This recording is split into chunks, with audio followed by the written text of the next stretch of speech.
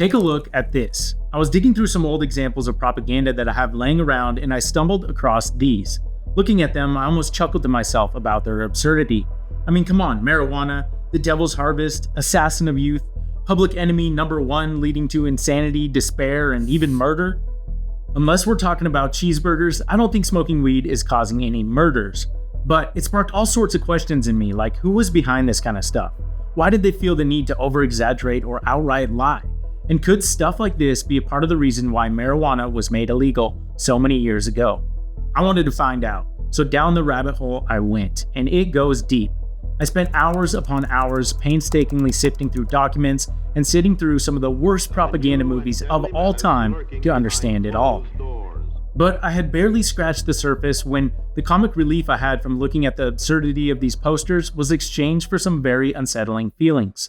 The story of the criminalization of marijuana has overlapped with millions of personal lives. Just since the 1970s, there has been over 22 million arrests for marijuana-related offenses, with 88% of those being simple possession charges. That's 22 million real people who have at the very minimum been handcuffed and stuck in a patrol car over something that is no worse than alcohol. And look, I'm not advocating for the use of cannabis. That's not what this video is about. To each their own. I have my own thoughts on that topic. But it's a plant, and in the land of the free, this statistic was alarming to me. Not to mention that even today, with increasing decriminalization, there are still around 40,000 people locked up in prison for weed at any given time, with some serving sentences longer than the average sentence for murder. So, with those stats to fuel me, I dug deeper to find out why cannabis was made illegal almost a century ago and what propaganda like this had to do with it all. Marijuana, the burning weed with its roots in hell. Let's go back in time a bit to the 1910s, when America saw a steep influx of immigration. Most of these immigrants came from Italy, Eastern Europe, and Ireland. But at the same time, the Mexican Revolution was raging on just south of the border, prompting large numbers of Mexican immigrants to flee to the US in search of safety.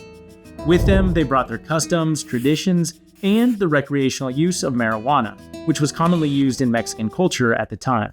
So, the Irish brought their whiskey and the Mexicans brought their weed. Every culture has its own form of escapism. But at the time, recreational use of marijuana was pretty rare in American culture. Of the marijuana that was consumed, most of it was used medicinally in tinctures or other treatments found at a pharmacy. The use of THC recreationally was a pretty novel concept to Americans, and this is where we start to find the first friction between Americans and cannabis use. As marijuana became associated with Mexican immigrants, it was viewed with a growing suspicion, partly due to the negative cultural attitudes, and partly because of claims that it was linked to antisocial behavior, crime, and moral decay. And we've seen this time and time again throughout history. People are often wary of things they don't understand, and this can often lead to caution, fear, or resistance.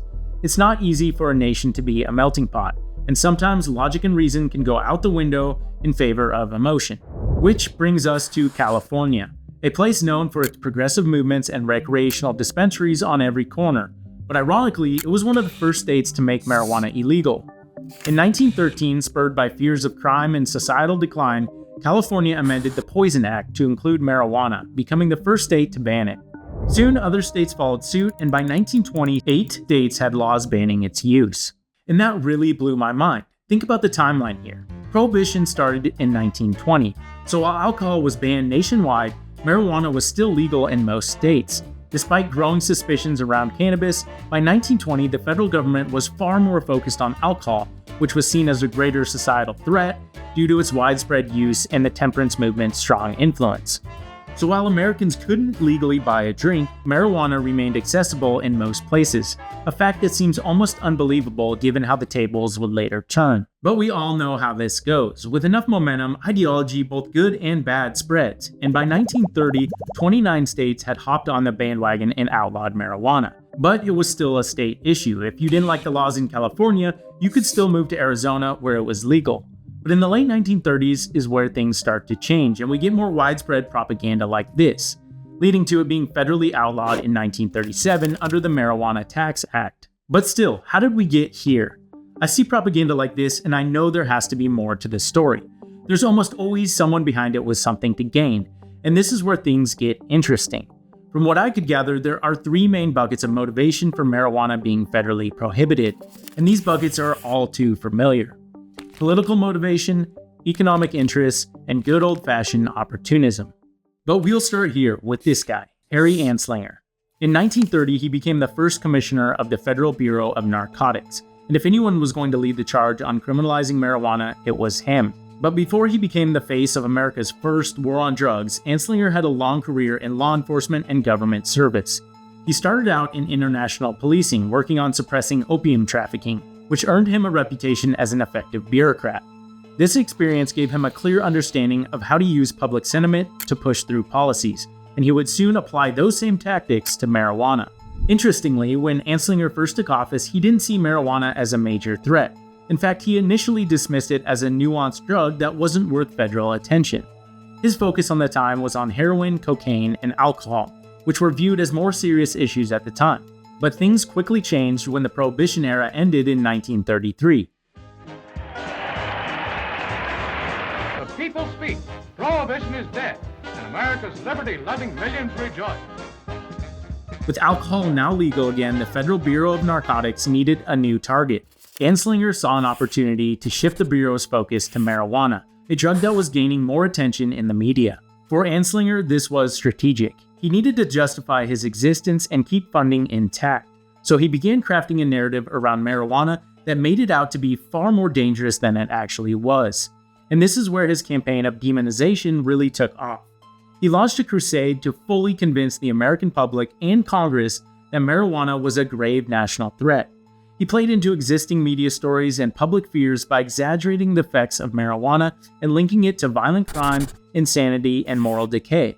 Anslinger often targeted minority communities, particularly Mexican immigrants and African Americans, claiming that marijuana use among these groups led to dangerous and erratic behavior.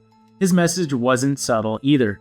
He often used racial stereotypes to stoke fear, portraying marijuana as a drug that could corrupt American society. And Anslinger knew how to use the media. He fed exaggerated stories about marijuana to eager newspapers, which ran with shocking headlines like "Assassin of Youth," where he painted cannabis as a corrupting force that threatened American society. This kind of rhetoric, coupled with his influence, created a climate of fear that was hard to ignore. But while Anslinger, with his exaggerated claims and personal motivations, was the most direct force behind the federal ban in 1937, there are bigger questions here. Why was the media so eager to push this narrative? And why was there so much disinformation circulating before Anslinger even took office? Clearly, there was already a push for criminalization, and if anything, Anslinger just capitalized on it, amplifying it to new levels to get the ban across the finish line. Well, enter the industrial giants, and this guy, William Randolph Hearst. This media mogul played a major role in spreading sensationalist anti-marijuana propaganda. At the time, Hearst owned 28 major newspapers across the United States, along with numerous magazines and other media outlets. But he wasn't just interested in selling papers. He had a personal and financial stake in seeing marijuana outlawed. You see, Hearst also owned vast timber holdings to supply wood pulp for his newspapers, and hemp was seen as a direct competitor. Even though hemp has no psychological effects, it comes from the same plant, and it could produce cheaper, more sustainable paper, posing a threat to Hearst's business empire. Hemp's potential to disrupt the timber and paper industries was significant, and Hearst saw this as a direct threat to his bottom line. By supporting the criminalization of marijuana as a whole, Hearst could eliminate the competition posed by hemp and protect his lucrative timber investments. Now, of course, this motivation is all just speculation, but starting in the early 1920s, his newspapers ran a steady stream of, you guessed it, exaggerated, fear-mongering stories about the dangers of marijuana use, linking it to violence, insanity, and societal decay. This messaging predated Anslinger's push during the 1930s, but with both of them eventually pushing the same narrative, their combined influence became almost unstoppable. Hearst's newspapers filled the public's imagination with tales of marijuana turning people into violent criminals or driving them insane, and Anslinger's government-backed campaign only amplified those fears. The fact that hemp, a non-psychoactive crop, was being lumped in with marijuana didn't seem to matter. By demonizing cannabis as a whole, Hearst could ensure that hemp, with all its industrial potential, would be caught in the crossfire. And it worked. But Hearst wasn't the only one with something to gain from hemp's downfall. Around the same time, DuPont, the chemical giant, was making strides with its new synthetic fibers, especially nylon, which had just been patented in 1935. Nylon could replace hemp in products like rope, textiles, and industrial materials. While there's no concrete evidence that DuPont directly lobbied against hemp, the company certainly stood to benefit from its prohibition. With hemp out of the picture, DuPont's nylon faced less competition, clearing the way for dominance in the fiber market. The timing of hemp's criminalization and nylon's rise to prominence has led many to speculate that DuPont may have quietly supported policies that would restrict hemp's growth, even if indirectly. But with Hearst newspapers filled with sensationalist headlines and fear-driven stories about the dangers of marijuana, public opinion shifted rapidly against cannabis. This wave of fear not only served Hearst's interests, but also cleared the path for DuPont's new synthetic fibers. As public fear grew, so did the opportunities for industrial giants to capitalize on the growing hysteria, solidifying their influence over policies that would shape public perception and secure their market dominance. And speaking of opportunism, that leads us right to this guy, Dwayne Esper, one of the biggest exploitation filmmakers of his time. He was known for making low-budget, culturally provocative films that capitalized on shocking or taboo subjects. In modern terms, he was a grifter who used fear and controversy to draw in audiences. So he was no stranger to capitalizing on public fears and sensationalism, and he saw the growing hysteria around marijuana as the perfect opportunity. By the mid-1930s, with marijuana becoming a hot-button issue, he got his hands on a film called Tell Your Children, which was originally produced by a church group as a moralistic warning about the dangers of the drug. But Esper, he had bigger plans. He rebranded the film as Reefer Madness, playing up its most absurd and exaggerated elements to tap into the public's growing paranoia. The film depicted marijuana users as violent, crazed individuals who quickly fell into madness, crime, and even murder. Debauchery, violence, murder, suicide. It wasn't subtle, but that was precisely the point. Esper knew that sensationalism sold. His films played directly on the fear-mongering spread by Hearst newspapers and Anslinger's campaigns. Reefer Madness became the ultimate example of opportunism during the marijuana panic. It added to the growing wave of hysteria by reinforcing the already exaggerated fears about cannabis use. The film was pure exploitation, designed to make a quick buck by amplifying the public's worst nightmare. Esper didn't care about the facts or the real effects of marijuana. What mattered was keeping the fear alive and turning it into a profit. Reefer Madness, along with other exploitation films, helped cement the image of marijuana as a dangerous, society-destroying drug in the public's consciousness, further fueling calls for its prohibition.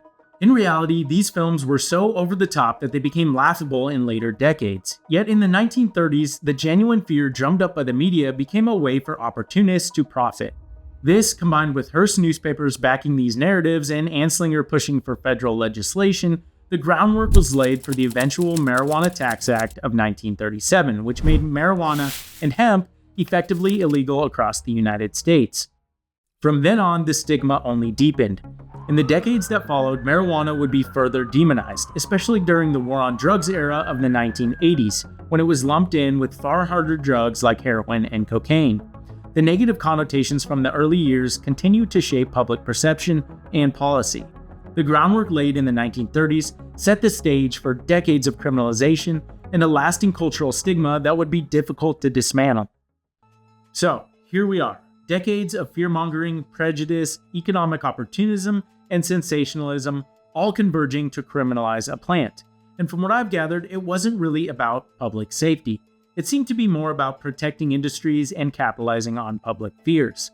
Figures like Harry Anslinger and William Randolph Hearst led the charge, while opportunists like Dwayne Esper seized on the moment, turning paranoia into profit with films like Reefer Madness. This combination of media influence, government pressure, and greed painted marijuana as a societal threat, even dragging hemp, an entirely different non-psychoactive crop, into the crossfire. As crazy as it may sound nowadays, propaganda like this certainly played a pivotal role in making marijuana illegal. But as with all propaganda, there's always more to the story. As the decades have passed, people began to recognize that the narratives were overblown, and the dangers were exaggerated. Plus, come on, look at these posters. They were practically begging for a counterculture to emerge, and the 70s certainly delivered on that. What was once labeled as a menace eventually became a symbol of rebellion, freedom, and defiance against the establishment. By the late 20th and early 21st centuries, the tide was finally shifting. A year shy of a century after California first outlawed marijuana, states began legalizing cannabis for recreational use. In the end, the same tactics used to demonize marijuana also laid the foundations for its resurgence. The propaganda like this that was once used to fuel fear also sparked resistance and curiosity, reminding us how easy public perception can be shaped and how it can evolve. It's always crazy to me how propaganda can have this kind of impact. The narrative control by a few people changed the course of American law and history, a common theme that you can learn more about in my other videos, so go check them out. Have a good day, and I'll see you in the next one.